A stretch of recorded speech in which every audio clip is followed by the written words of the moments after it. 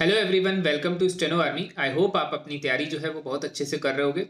आप लोगों के लिए एक और वैकेंसी आई है high court of Punjab and Haryana की, जो काफ़ी टाइम से डिले हो रही थी, काफ़ी टाइम से पेंडिंग थी।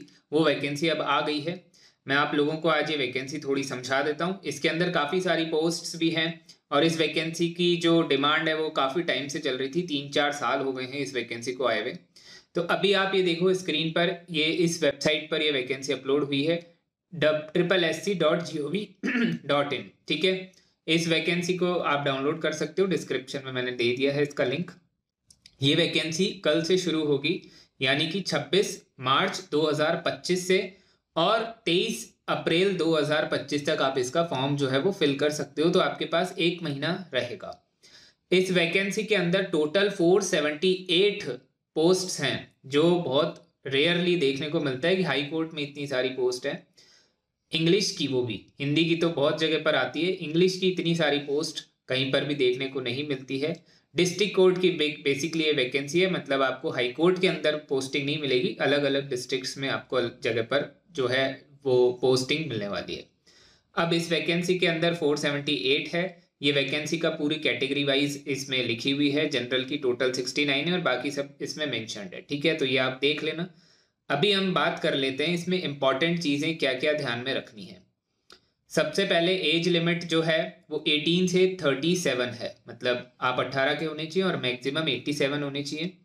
और पंजाब वालों के लिए ये जो एज लिमिट है वो 42 है।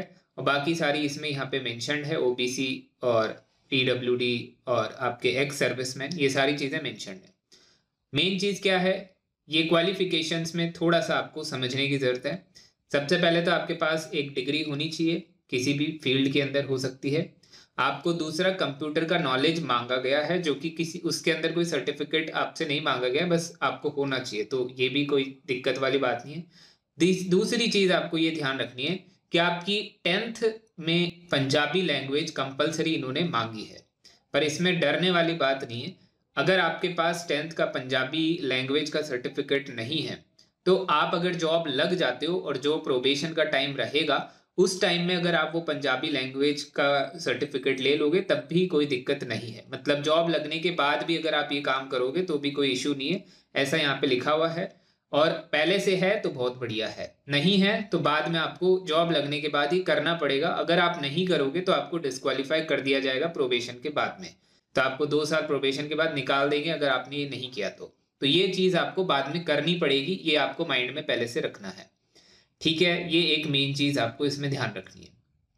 इसके बाद में पे स्केल और अलाउंसेस वो सब ठीक है, और रेगुलर गवर्नमेंट एम्प्लॉयज़ के लिए भी कोई काम का नहीं है। स्पेशल इंस्ट्रक्शंस ये भी आपके कोई काम के नहीं है। एडमिट कार्ड आपका वेबसाइट पर आएगा, यहाँ लिखा हुआ है। टेस्ट सेंटर भी आपका नॉर्थ में ही रहेगा, तो उसकी भी कोई इश्यूज़ नहीं है। एग्ज़ाम का डेट जो है वो ये मान के चलो, जैसे 23 अप्रैल को लास्ट फॉर्म फिलअप हो जाएगा, उसके 1-1.5 महीने के अंदर आपका एग्ज़ाम हो जाएगा। एग्ज़ाम का पैटर्न मैं समझा दूंगा अभी, पर 1-1.5 महीने के अंदर आपका एग्ज़ाम इसके अंदर हो जाता है और पोस्टिंग भी बहुत जल्दी मिल जाती है। मतलब 6-7 महीने के अंदर पूरा प्रोसेस कंप्लीट हो जाता है वैकेंसी निकलने के बाद। तो ऐसा नहीं है कि आपको 1-1, 1.5 साल तक वेट करना पड़े। अब मोड ऑफ सिलेक्शन ये समझ लेते हैं। सबसे पहले आपका सीबीटी एग्ज़ाम होगा 60 मार्क्स का, जिसमें एक क्वेश्चन 1 नंबर का है। इसको सिर्फ आपको क्वालिफाई करना है, मतलब क्वालिफाई भी वो तभी माना जाएगा जब आप मेरिट में ऊपर होंगे। एक क्वेश्चन का 1 मार्क है और कोई भी नेगेटिव मार्किंग नहीं है, और सिर्फ 2 ही चीज़ें हैं, एक तो इंग्लिश पूछेंगे और जनरल नॉलेज इसके अंदर पूछने वाले हैं। ठीक है, इसके अलावा और कुछ भी नहीं पूछेंगे। और इसके मार्क्स मेरिट के लिए कैलकुलेट नहीं किए जाएंगे, बस आपको इसको क्लियर करना है। क्लियर करने के बाद में आप शॉर्ट हैंड का जो टेस्ट है वो दे पाओगे, पर आपकी मेरिट जो है वो शॉर्ट हैंड के टेस्ट के ऊपर ही बेस्ड रहेगी। इसके मार्क्स के ऊपर बेस्ड आपकी मेरिट नहीं बनेगी।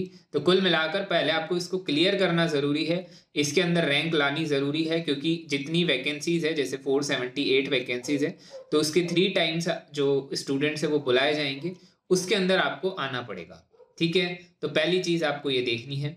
उसके बाद में आपका इंग्लिश का शॉर्ट हैंड टेस्ट होगा। यहाँ पे ये है कि 80 WPM की स्पीड है, जो कि मेरे हिसाब से बहुत दिक्कत वाली बात नहीं है बहुत लोगों के लिए।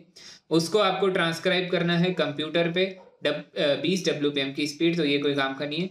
8% मिस्टेक इसके अंदर अलाउड है, तो मेरे हिसाब से बहुत सही है।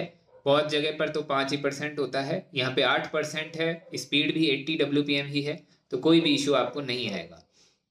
इसके बाद में आपका एक स्प्रेड शीट टेस्ट होगा। एक्सेल का बेसिकली टेस्ट होता है, 10 मार्क्स का होता है और 4 नंबर लाने होते हैं, और जिसके ज़्यादा होते हैं उसको ज़्यादा बेनिफिट होता है कि वो मेरिट में ऊपर आता है। तो आपको ज़्यादा से ज़्यादा लाने, और मोस्टली बच्चों के 8, 9, 10 इसी रेंज में रहते हैं। तो इसका भी वैसे क्वालिफाइंग नेचर है, 4 तो लाने ही पड़ेंगे, 4 से ऊपर जितने भी हैं उतना ज़्यादा आपके लिए बेनिफिट रहेगा।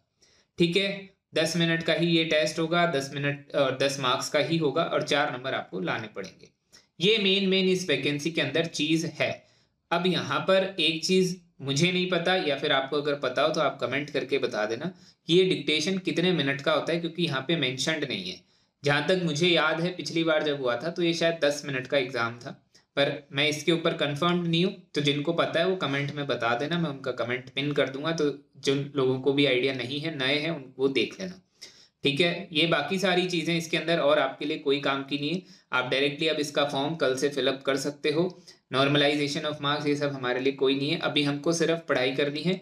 1 महीने के अंदर तो फॉर्म भरे जाएंगे, उसके 1 महीने के अंदर आपका पहले CPT हो जाएगा, और उससे 15-20 दिन बाद आपका स्किल टेस्ट हो जाएगा। तो कुल मिला करके अभी जैसे अप्रैल के बाद मई में वो CPT होगा, और जून के अंदर आपका स्किल टेस्ट हो जाएगा। तो आपके पास 2-3 महीने हैं।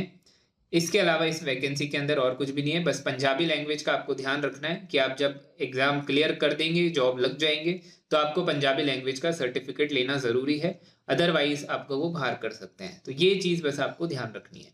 बाकी इसके अलावा मैं इस एग्ज़ाम की या कोर्ट के जितने भी एग्जाम्स होते हैं सबकी प्रिपरेशन में ऑलरेडी करवा रहा हूँ। वेबसाइट पर मैं डेली डिक्टेशंस लिखवाता हूँ, हम डेली 6 डिक्टेशंस लिख रहे होते हैं, लीगल जनरल सब कुछ हम लिख रहे हैं। तो आप वो ज्वाइन करना चाहें तो आप मुझे कांटेक्ट कर सकते हैं। और इस एग्ज़ाम के लिए जो एग्ज़ाम होता है उसमें डिक्टेशन लीगल मैटर आता है, और लीगल मैटर में कॉमा फुल स्टॉप ये आपको खुद से ही लगाने होते हैं। तो ये साइड में एक बुक आ रही है 370 फिक्स्ड कॉमा रूल्स की बुक, इसको आप डाउनलोड कर लो, डायरेक्टली टेलीग्राम पे आप पहुंच जाओगे। और जिसकी मिस्टेक्स कम नहीं हो रही या मिसिंग वर्ड्स जो हैं वो कम नहीं हो रहे, वो ये वीडियो भी देख लो, आपके मिसिंग वर्ड्स काफ़ी हद तक कम हो जाएंगे। इसके अलावा आपको कोई डाउट हो तो आप मुझे कमेंट करके पूछ सकते हैं। तब तक के लिए सभी को बेस्ट ऑफ लक।